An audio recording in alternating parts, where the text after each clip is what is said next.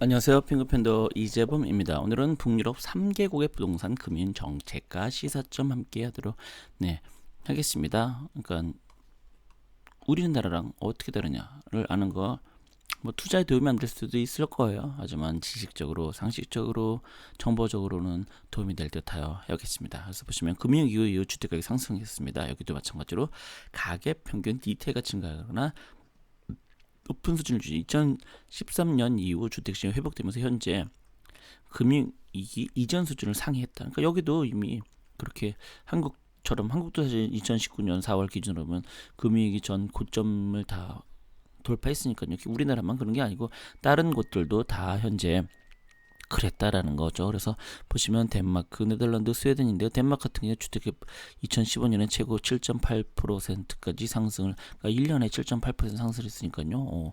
그러니까 외국도 이렇게 상승합니다. 네덜란드 하락기 회복 시작해서 주택이 2018년 3분기 10.18% 전년 동기 대비 상승했습니다. 네, 그리고 금융위기 신규 주택 공급의 부족, 모기지 세제 혜택, 저금리 환경 등이 주택 가격 상승 요인인 것으로 평가가 된다.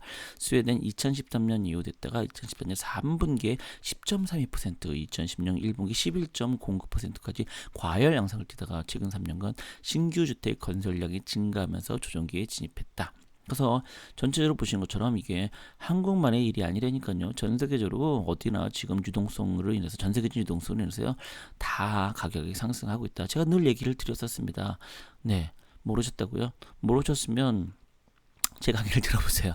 아니면 제가 쓴 책들을 보면 나와 있습니다. 네, 그래서 되어 있고요. 경기 같은 경우는, 덴마크 같은 경우는 가계부채 총량이 127%, 120% 감소를 하고 있으나 여전히 높은 수준, 가계 평균 DTI도 이후까지 높은 수준. 덴마크 당과 IMF는 가계수도 상승률보다 물가 상승률이 높고 소득 대비 물가의 비율이 장기 평균을 들어 주택가격이 과대평가됐을 우려가 있다라고 얘기를 하고 있습니다. 그리고 네덜란드는 GDP 대비 이렇게 이고요. 가격 평균 이렇게 되어 있습니다. 그래서 물가가 꾸준히 상승해서 5년간 주택가격 연평균 상승률이 7.4%, 1인당 가구수 연평균 증가율보다 많이 높네요. 네덜란드 같은 경우도 말 그대로 우리나라도 지금 말그 소득으로 이거 가격 오른 걸 어떻게 샀냐로 난리인데, 네덜란드 보시면 연평균이 7.3%입니다. 한국이 이렇게까지 되지는 않았거든요. 솔직하게 얘기해서 한국 같은 경우는 2018년 20%였거든요.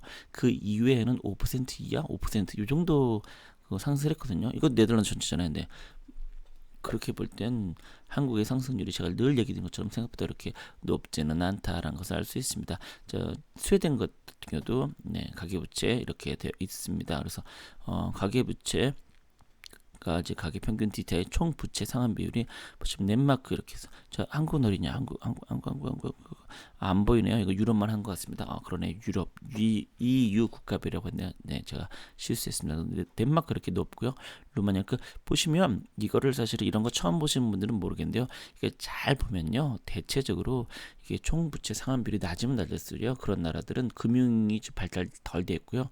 상대적으로 좀 잘 살지 않는 국가입니다. 잘 사는 국가일수록 여기 보시는 것처럼 말 그대로 그만큼 이제 국가 경제가 좋으니까 이제 돈을 빌려서 집을 살 수 있는 여력들이 좀 더 있다, 이렇게 볼 수 있겠습니다. 그런 다음에 주택담보대출이 증가하는 추세라서요, 가계부채 부실 위험의 관리가 필요하고 있다. 그래서 덴마크 같은 경우는 채무불이행, 신규 대출 증가된 사회적 우려, 그래서 주택담보대출 연평균 증가율이 0.7% 낮겠지만 GDP 대비 가계부채 비중이 높아서요, 은행 대출의 55% 가량을 차지하고 있다고 합니다. 네.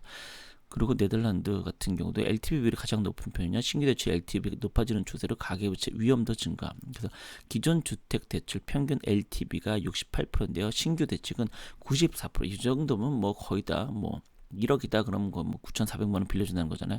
아주 좋네요. 생애 최초, 좀 말을 조심해야 되지 참. 네, 그렇다라고 할 수 있습니다. 생애 최초. 네, 그래서 네덜란드 같은 경우도 LTV로 이렇게 되어 있는데요. 참 많이 빌려주죠. 네. 그래서 스웨덴 같은 경우도 모기지 대출료는 소득 대비 부채 비율이 평균 338%. 네, 2011년엔 36% 대비 2016 대비 12% 증가했다라고 할 수 있습니다. 그래서 LTV가 보시면 50%는 다 이상 되고 있다라고 볼 수 있겠습니다. LTV 제외하는 금액까지 하면 뭐 포르투갈은 100%도 빌려준다. 네덜란드도 거의 100% 빌려준다. 이렇게 되어 있습니다. 그래서 전체적으로 대부분의 국가들이 LTV가 최소 70% 이상 정도는 빌려주는 걸로 되어 있는데요. 한국이 현재 그렇게 안 빌려주고 있죠. 네, 그런 것들이 이제 욕을 하기는 하는데 한편으로는 그로 인해서 한국의 주택 가격이 덜 상승하게 한 원동력이다.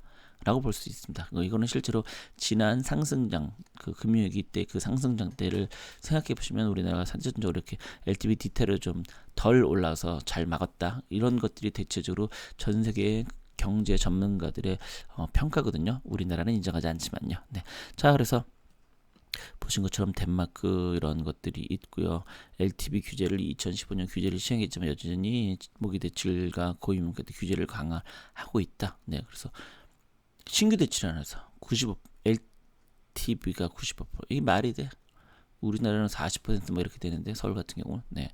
자, 그래서 이렇게 되어 있고요. 그런데 모기지 그 세금 감면을 점점 추세 고위험 가구 규제를 강화하고 있다. 그래서 성장 지역 대출은 400%인 가구 중 주택가격 10% 하락 시 500%인 가구는 20% 감소 시 이를 재산을 충분히 보유할 수 있다.